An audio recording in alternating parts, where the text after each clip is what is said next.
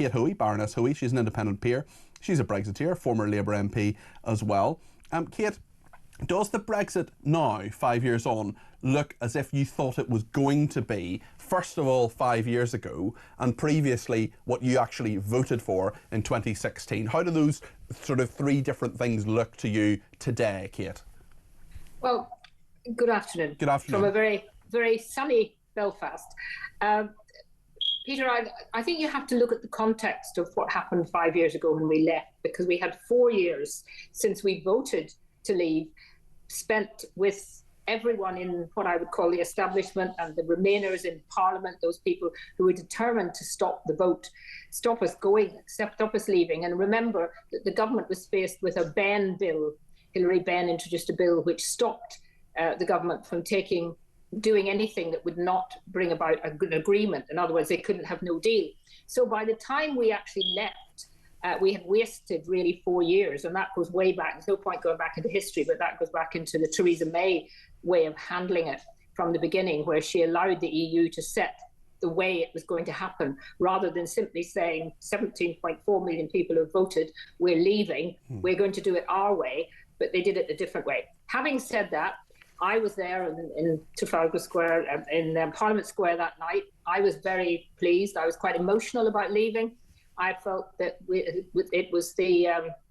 I knew that we hadn't got, that we needed to get a deal that was going to really make a difference. But the crucial thing for me when I was campaigning to leave was genuinely to get back control. Now that meant to me our politicians being able to make decisions, probably maybe in many cases the wrong decisions, but at least it was our politicians making those decisions. And I think sadly what we saw was that the real benefits of leaving weren't capitalised on quickly enough once we had left, and we still didn't have the final withdrawal agreement. And then, of course, as we know, fishing was pretty well abandoned and Northern Ireland was pretty well abandoned. So for me, Brexit hasn't really been completed. And I'm pleased that Nigel Farage is saying that today, if he's saying that he wants to really get a proper Brexit, because until we sort those two issues out, just to start it with, the United Kingdom won't have left. So this to you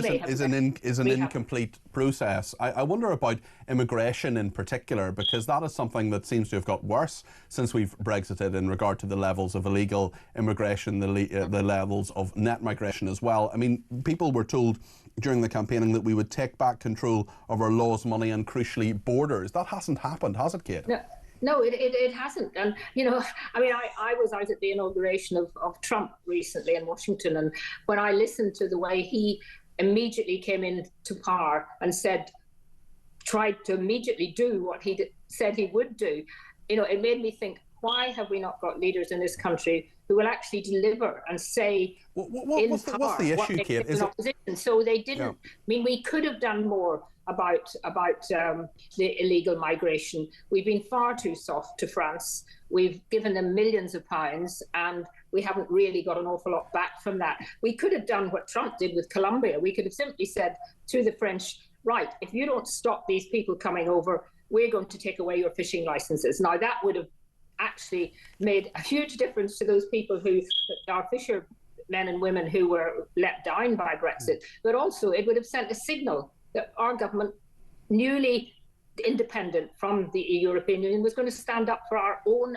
British interests. So when Boris Johnson said he was going to get Brexit done, do you feel that he just didn't do that? Do you feel that this was a partial Brexit? That you're clearly talking about there being a lot more to do on a number of different fronts, Kate? Well, I mean, legally we have left, but the reality is, of course, we haven't left properly.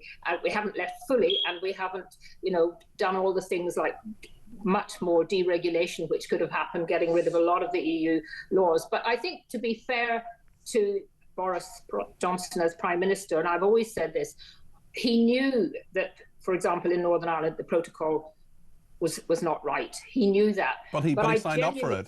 I think because they didn't have the backup to actually go in and stop it happening. And he thought, and he said it since, that it was to be temporary, and that they would sort it out. And I think probably if he'd stayed as Prime Minister, because he brought it in, he would have been much more subject to the kind of things that are happening now that are making people very angry about it. Do you think a renegotiation... But at the end of the day, Peter, people who voted to leave wanted to recognise that the European Union was an non-democratic institution where really we didn't have any real say. We had say, but we couldn't.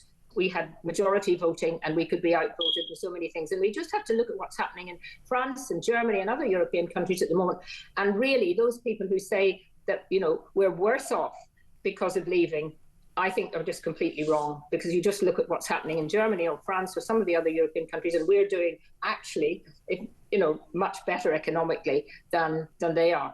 There are some statistics, though, that would disagree with you in terms of that, certainly in regard to the fact that, I'm just looking this up here, in regard to trade, for example. I mean, a recent study by the London School of Economics revealed the UK lost £27 billion in trade during Brexit's first 2 years. The value of British goods exports fell by 6.4% and total goods imports by 3.1%. You're right, certainly, in that economically we've been doing better for a long time than other G7 nations, but surely there has been an economic price to pay for this.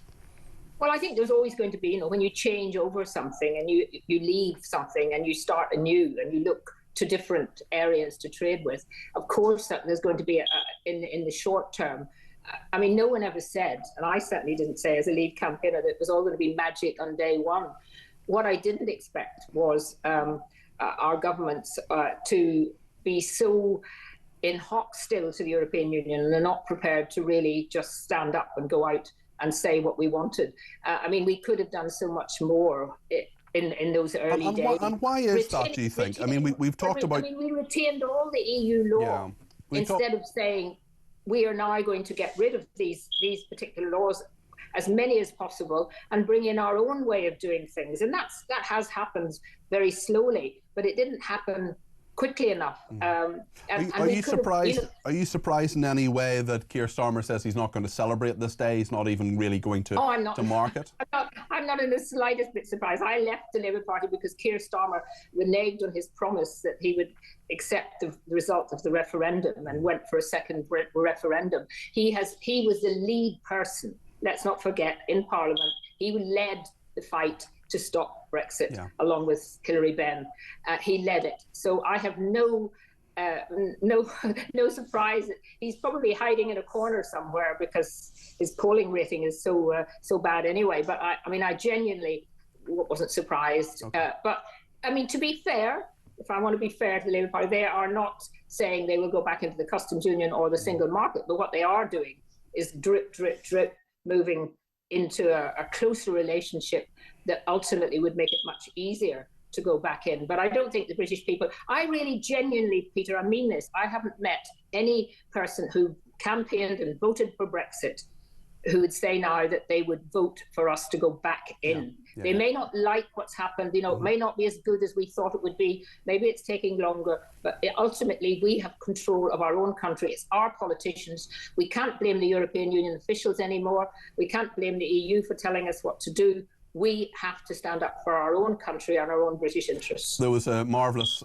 moment you may appreciate, Kate, when I voted Remain but accepted the result immediately, and there were a couple of years later where I was talking to a Sinn Féin MP and she looked at me as if she'd sort of stepped in something when I said, I believe in democracy so much that if there is a second referendum, I am going to campaign for leave, because that is what happened and that is what 17.4 million people believe for. And she sort of looked at me as if I was completely mad, and it was just sort of quite a funny moment. But sadness that there was a kind of group of people, through academics, through the top of business and politics and civil servants, who just could not believe.